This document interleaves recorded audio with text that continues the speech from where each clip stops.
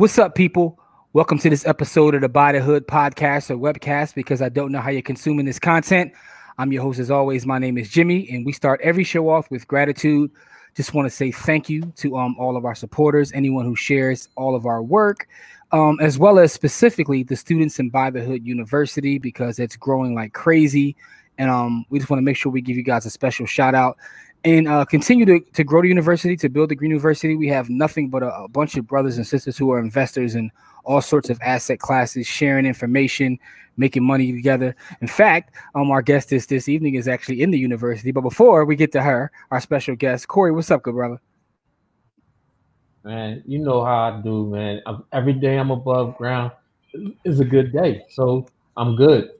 Listen, man, I just want to say real quick that I love the shirt, D's and dividends over debt. You know what I'm saying? All day. Yeah, that's what we talk about, D's and dividends. Oh, by the way, because that's I got the same one, so just happen to have the same one on. But listen, our platform is dedicated to highlighting brothers and sisters who are doing amazing work in the community, building amazing businesses. We have a young lady who is doing just phenomenal things, and I can't wait to talk to her. Because what she's doing is we have a lot of people who are in real estate. We don't have a lot of people that list entire islands, though. Like that's something different.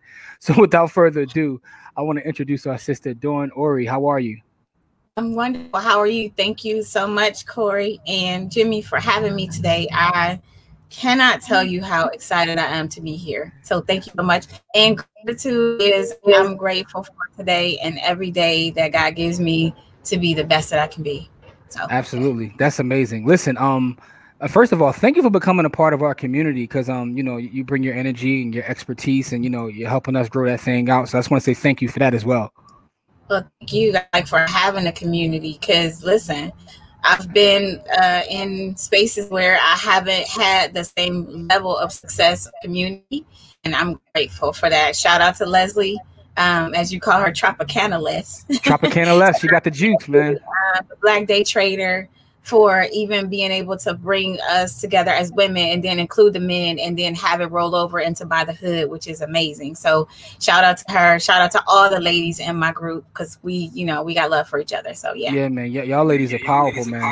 Hey, shout to Tropicana-less, as I call her, because she got the juice. But listen, let's talk about your story, though. Where are you from? So I'm a native Detroiter, and I now live in San Diego, California. I grew up, hated the snow. I always told my mom, I think I started telling her when I was 5 that I was leaving and I was moving to California. I think, of course, the reason why I told her was because, Jan Brady lived in California, right? And so did Gidget, right? And so did all the people. Michael Jackson lived in California. They went to they lived in Indiana, but they ended up in California. And so Janet was growing up here, and everybody was growing up in California, and I just didn't understand why I had to be in Michigan in the cold where I didn't like it. So I started telling them when I was young, that I was moving to California. I had no idea where California was, had no idea what it was, and had no idea there was a northern or a southern California, had no idea of any of that stuff, and just eventually started promising myself that, and, went through a bad marriage, and, well, not a bad marriage, but a marriage that ended when I wasn't ready, but God was ready. Because I look back now and I'm like, he could never have stayed my husband. Nah. just because of my dreams and my goals and my aspirations, he would not have been ready for me as this person. Gotcha. And so I'm grateful for the time, but man, the growth and all the stuff that I've been through, amazing. Let me ask you a question though about what you're saying. Right. So you talked about your dreams and goals. Have you always been someone to be a big dreamer and have a lot of goals? I've been a big dreamer. Having goals came when I got divorced. Because I used to have goals, but not really have goals. I would say I wanted this, but I didn't really put it into action. But when I got divorced and I was going through the divorce time, I was really, really depressed. Mm-hmm. And I had a friend who was with me at the time, Angela, and she was like, listen, you need a happy me. And I was like, I don't even know what that is. And she kind of was like, so a happy me is you literally sitting down and saying what will make you happy. writing down that list and then going after it with all you have. Well, I did it a little differently than that, because I'm a Jesus girl, right? So I just believe that God knows all about me. So I sat down and I was like, Lord, listen, I don't like myself. I don't like my life. I hate where I live. I love my family, but listen, it's all kind of stuff going on up in there. So can you just make me the person that you saw when you formed me in my mother's room in secret? Can you go back to the person that you saw before you said, let this light, let there be anything, when you said you found me in you, and just make me her, because I don't like this me. I want to be the one that you saw. And that just started this whole thing where I ended up moving to California like I wanted to. I ended up moving. Actually, I moved into a house that I had wanted to live in forever. I didn't even know I wanted to live in that neighborhood until my mother told me, when we used to drive from church, you used to say, I'm going to live on Outer Drive one day. And I did. And, things like that just started occurring. And that's kind of how I ended up where I am right now in California. Not in the cold, not in the snow, not in the place. I don't even go visit the mountains because I ain't trying to be in no snow. Okay. So you had a mindset shift. Was it like, did you write anything down? I have years and years of life mapping. That's what I called it. That's what it turned into. And that's how I ended up speaking to people, because I literally teach people how to walk out of the life that they don't like into a life that they love, based on everything that God said that they were supposed to be. So that's where it all came from. So yeah, I had to write it down, and I rewrite it every year. If you go back and look at some of the old pictures that I wrote and some of the things that I have affirmations that are all around my house. What I call confession statements of things that I want to come into fruition this year, based on the word that I get every year when I do my reassessment of how my life went that year. How important is it to write things down? Because if some you people don't will say, write it down, it have doesn't. Goals. Yeah, that's what some people say. I have goals, but they don't write them down. Well, so the thing about it is, you write it down so that you will learn it. Some people learn differently, and I'm not saying that everybody learns this way, but studies have shown that when you write things down, they stick more. And then if you put them up, even if you don't study them every day, that's why they are all around my house. Even if you don't study them every day, they still affect you, because visually you encounter them, though you don't interact with them directly every single day. They still get into you because they're visually being put in. So that's why I write it down and I put it up. And the word says, write the vision, make it plain, so that a child that comes after you can read it and know exactly what you meant and carry on with the thing that you started. That's what legacy is. So that's why you write it down. Got you. Okay, that's powerful. Yeah, that was powerful, because that's how you build legacy. You write it down, and the child carries it on, and it doesn't even mean That's your right. child. It just means the children of Anybody, any young person that comes after you can carry it on, and so that's right. So let's talk about real estate. How did you get into real estate? Was it something that you were always interested in? Like, so during your upbringing with real estate, how'd that actually come about?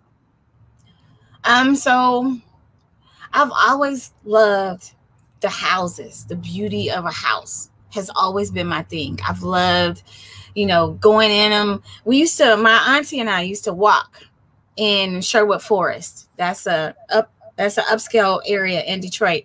And we used to walk and just look at the houses, because it was just such a thing. That's how we did our exercises when I was older. But when I was younger, before I got married, I loved houses. I didn't know what a real estate investor was, but I knew that I wanted to own a house and fix it up and make it mine. And then when I learned I could sell it, I wanted to be able to do that as well. And so that's kind of where it came from. I ended up working for real estate investors as their assistants. I ended up doing property management for real estate investors, all kinds of things to learn, about the nuances of it, and how, you get money, how you can do it with no money, like all of that stuff I learned because I sat under real estate investors. One of my exes was a real estate investor who was like, he his tenants lived better than he did before he got his big house. He had properties and he lived in a roommate situation, and he was buying properties living with roommates because he wanted to build wealth. And I learned a lot from him. And then I got my license in 2008. And when it was crashing, I was selling houses. I sold like, I don't know, 10, 15 houses that year. Made a whopping $7,500 for my total year. I sold houses that year. That taught me, you know, the value of being able to serve people in that way. Because I sold a house that I never thought a person should ever be in, but she wanted that house so bad. And when I went back 30 days later, it was a masterpiece. It was a dog when she bought it, like literally dog. And she bought it for $150. Turned that property into $50,000 property in 90 days. Wow. Just out of, and literally, of course, it wasn't $50,000 when the market was crashing, but 5 years later, that house was worth $50,000. She bought it for $150. Yeah, that's amazing, Flip. But let me ask you about this though, because when we were talking, I know you said you were licensed all over the place, right? I'm licensed in Michigan. I'm licensed in California, and I'm eligible for my licensure in Texas. Texas didn't want to give me my license because I moved back to California. Just recently learned from my that I can get my license now in Texas. So I have my license back in Texas in another 6 months or so.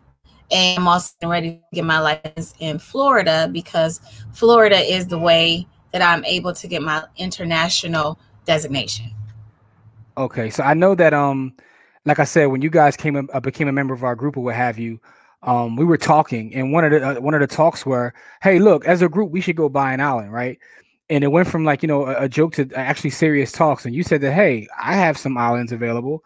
How did you get into the international real estate game? So it was actually that we were looking at hotels first. That's true. Right. You're right. And it went from hotels to islands because I don't know where we got that whole idea, because I'm connected right now.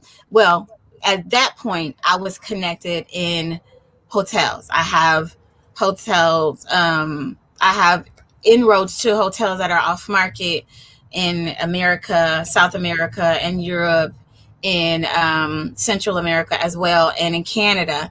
And over 70 hotels, from the small boutique all the way to the big resort, unbranded and branded. It just depends on what the person is looking for. And so when we were talking, initially we were talking about that. I have a few hotel buyers, so when I get hotels, I send them by them. So that's kind of why we ended up talking. Mm-hmm. And then we talked about the island that I have in Panama. And I sent you that information, and you were like, do you have any more islands? And I was like, say less. I went and found islands because Leslie wanted to be in Belize instead of Panama. So I went to where I knew, you know, you could get islands, because it's been the plan all along to sell islands and hotels for me. It's been the plan all along. I've never just wanted to sell houses. Although working with real estate investors and working with homeowners is a wonderful thing, because I get to help people to expand their financial acumen and to be able to expand their portfolios and all of that stuff. My thing, because I have a degree in commercial interiors and I love hotels, my thing was to be able to sell hotels and help people fix up hotels, and also to sell islands and help people create resorts. That's what I've always wanted to do. So that's the path that I've always been on. And I've been looking at and being connected to the island community, because it's really small in certain areas. I've been connected for a while. I just never really activated it until I met you guys. Let me ask you a question about your degree. Right? You talked about your degree in design. Where did you go to school and get your degree from? I went to Wayne State University, and that was actually a part of the life mapping that I did. When I asked God to show me what all I was, one of the things that was in that was architecture and design. And I was like, architecture? Okay, I'm supposed to do something. So I was already enrolled at Wayne State, and I went back to them, and they had already gotten rid of their interior architecture and architecture program, but they still had interior design, commercial interiors. So I went to the commercial interior design program, and now I can literally 4 years of no sleep and designing hotels, restaurants, office, you name it, I design it. And I also have all the resources to get all the materials and all the finishing and furnishings and everything. Okay, so you said it was a passion of yours to always go from the residential to scale up to the hotels and the islands. That's something that you always wanted to do. Always. That's just, I don't know why. I just know that that's where it feels the most comfortable for me in my next step. But I didn't know why I wanted to move to California. I don't know why. I just know that. And I'm clear on the path. I don't have to know the whys. I just need to know where I'm supposed to go. And everything else is fine. That takes a lot of courage to look, I'm moving to California and get up and do it. Like, what gives you that courage just to like take action that way? It wasn't immediate. Let me say it that way first. I said it for a long time. I even had a party before I left, like a year before I left. I'm leaving party, and I didn't leave. My friends were like, but what gave me the courage is I didn't like my life, and I wanted my life to be what I wanted it to be. And I felt like it was okay for me to design my life beyond what I knew. And I just wanted, so again, I'm gonna go back to where I came from. I'm a Bible girl. Okay. So there's a part of the Bible that talks about Jesus telling Peter to launch out into the deep. He was tired. He had already worked. He had already did it. He had been out there, had caught nothing. But when he went out upon the word, not only did his nets break, but the fish jumped in the boat, and he needed to get people to come to him and help him. And the boats were all sagging and sinking with all the haul. And I was like, if that could happen for him, if I feel like I need to be in California, that's going to happen. I just want my net to break. That's where I am. I just want my net to break. And so when I didn't have any more recourse about, my house was gone. I was, I was selling my house. I was, my clients had pretty much dried up because I was like, I'm tired of living in Michigan. I didn't like it. It was just not the right space for me. When it was time, I just bought a plane ticket one way and came. Wow. And the first 4 days were if I was ever going to go back, that was my whole test. And then it just started working, and it's not been easy.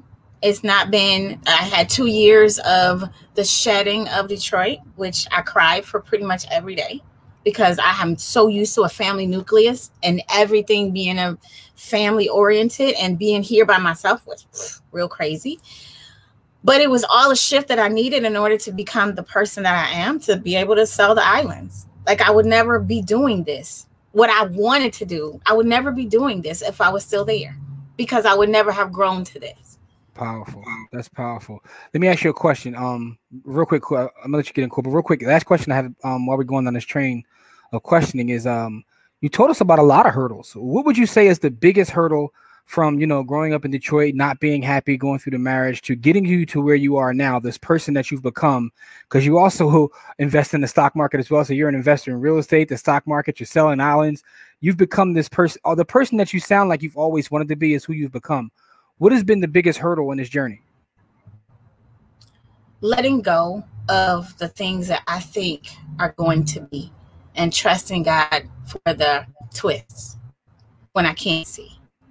That's been the biggest hurdle. Like, I've been through a lot of things in California. I've been through homelessness. I've been through depression. I've been through separation anxiety from my family. I've been through having jobs that I hated and going to work every day and having to come home and take my clothes off before I go in my door because of stuff that was getting me in my clothes at work. Like, I've been through a lot of things to get to this place. Even being afraid of taking the test because people were telling me it was so hard to become a real estate agent. I did that crap in one thing like that. And I was like, I waited this long for that. So it's really just, the biggest thing was basically trying to make sure that I don't allow myself to get in the way of what I really want, and the fear and the thought process of it won't work for me, because it's not about whether it works for me. It's not my plan. It is me walking in the plans of the steps that have already been ordered. And I'm just showing up doing what I'm supposed to do. Wow. Go ahead, Corey. I know you actually want to get in there, good brother. Yeah. So, two things. Who was your Sorry childhood? about the motorcycle. It's all good. Who was your childhood slash adolescent inspiration? Like, who was that person that drove you during your early years? My young inspiration, I would say Debbie Allen, because she was the first Black dancer that I saw, and I am a very gifted dancer. I did dance for a long time at church and before that, and I'm choreographed and I do all of these things, and she was the one who let me know it was okay to be expressive. So I think I would say her.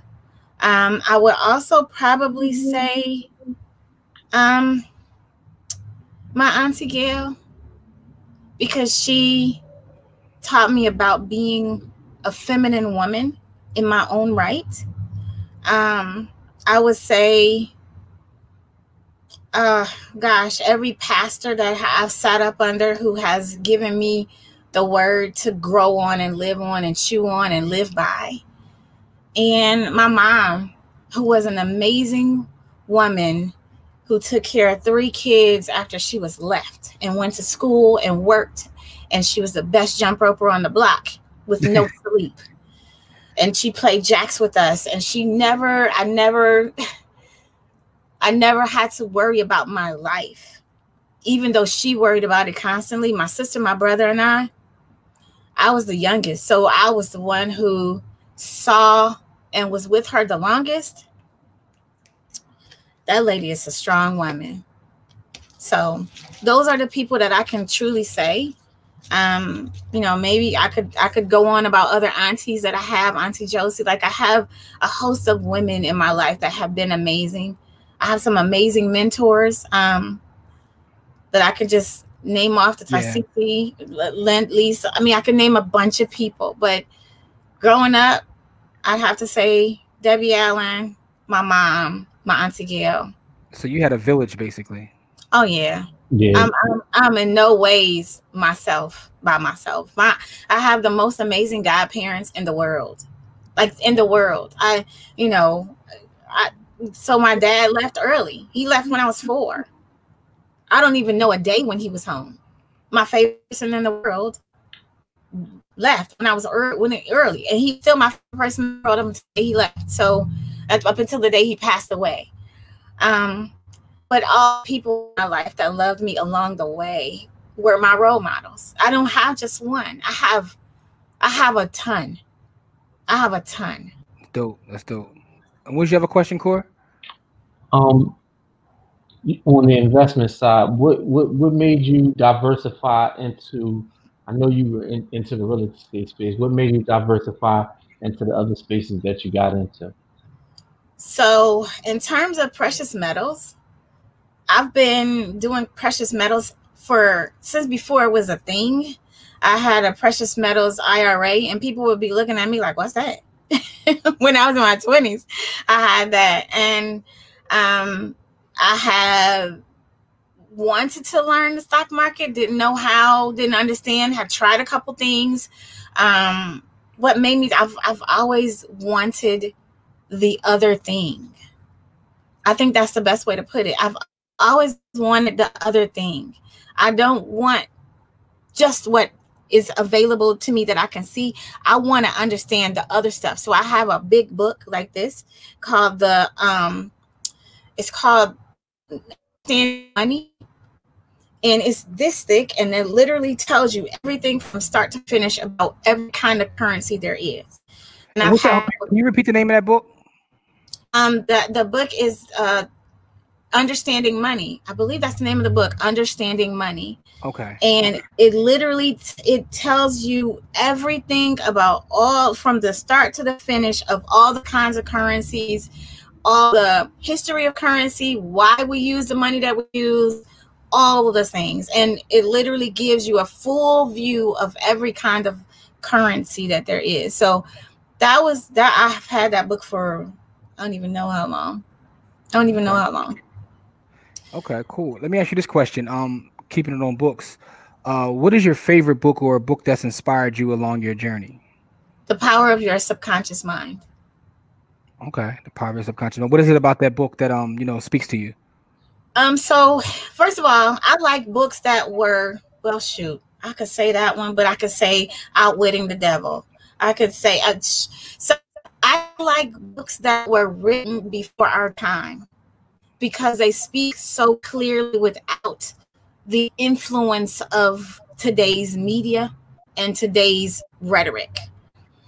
And so the books that I read are books that were written in 1829, those kinds of books that are not tied to today's society, but to have the principles that are forever.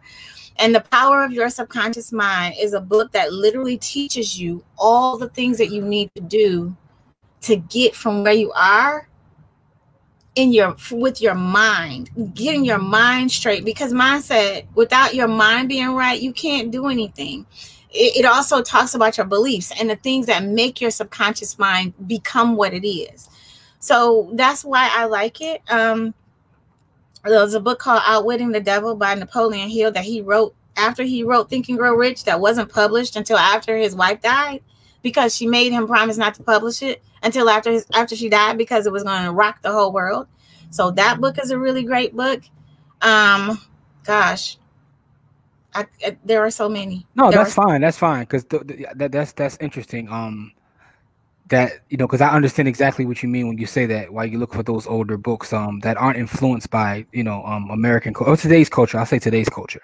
Today's culture, but the timeless principles.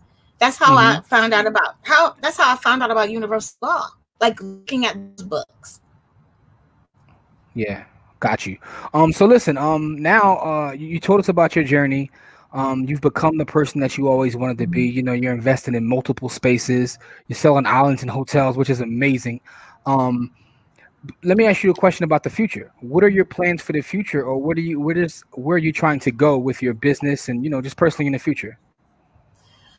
So the future for my business is just growing it. I've gotten to the place now where I have a few, like I said, hotel the investors, and with the hotel industry in a shift, this is like the perfect time for a person who wants to own a hotel to really try and do it. Basically, because so many people, there's like 1 in 4 hotel distress right now. So that gives me the opportunity to help more people become hoteliers with an understanding of how to levy the 4 to 5, maybe 7 year gap that might be coming toward us with the pandemic. And also with islands, because like who wouldn't want to sell islands? So it's like that's like the ultimate for me. And I just want to be able to do that more. I want to be able to be in the next level so that I can help people buy the entire hood. My sweetie has, I call my sweetie, my man had a business. His very first business was Earth is Hood. And so with that in mind, with the earth being the entire hood and with buy the hood being the thing, why not just buy the whole hood? That's why not. Yeah, let's put a down payment on Earth. I like the way that sounds. Man. Let's just do it. Let's just do it. Like, you know what I mean? Listen, man, that's what it is. Now we got to start thinking bigger. So, Dawn, listen, this has been amazing. Thank you for sharing your story, being as transparent as you were. Talking about your struggles as well as your accomplishments. I think that folks that will watch this or listen to this on an audio platform will really take something from it. And congratulations on all your success and being able to take action like that. So the one thing that rings true amongst anyone that we've ever had on our podcast is that ability to take action. I know you said that you didn't take action right away, but the courage it takes to go all the way on the other side of the country, like that's next level. Like even if it takes you a little while to get there, one-way ticket, ticket. Because guess what? Most folks they never get there, right? So even if it took a little time, you got there, and most folks will never get there. But it's changed your life. So congratulations to you. Thank you. Thank you for you guys for having me. It's been really great talking to you. I enjoy it. Let's buy the hood, y'all. Let's just go ahead and buy the whole earth, because the earth. That's what we're gonna do. We put a down payment on earth now. That's the next move. Yeah. All the way down to the core. Okay. Yeah. All the way down to the core. We gotta get all the rights all the way down to the core. Gotcha. So listen, for the folks out there who are watching or listening, I'm going to make sure that I put Dawn's contact information within the description so you can reach out to her, follow it, and see what she's got going on. She's a very amazing person. And she's a part of our university as well. So thank you for bringing that energy and your wisdom. Because within our university, listen, we got some of the brightest minds, like some of the brightest Black folks in there, and brightest minds, period. But we have a community of us, and it's just amazing to see all the information and knowledge shared, and having someone like you added to that is just like, it's just phenomenal, right? We got people that sell hotels, sell islands, we got day traders, we got precious metals investors, we got cryptocurrency experts. We have everything within one community, and it's very powerful to share that kind of energy. So thank you, Dawn, for that as well. Thank you guys. Listen, I want to say you guys are amazing. Like, I have the course that you guys have put out. I love it. Thank you.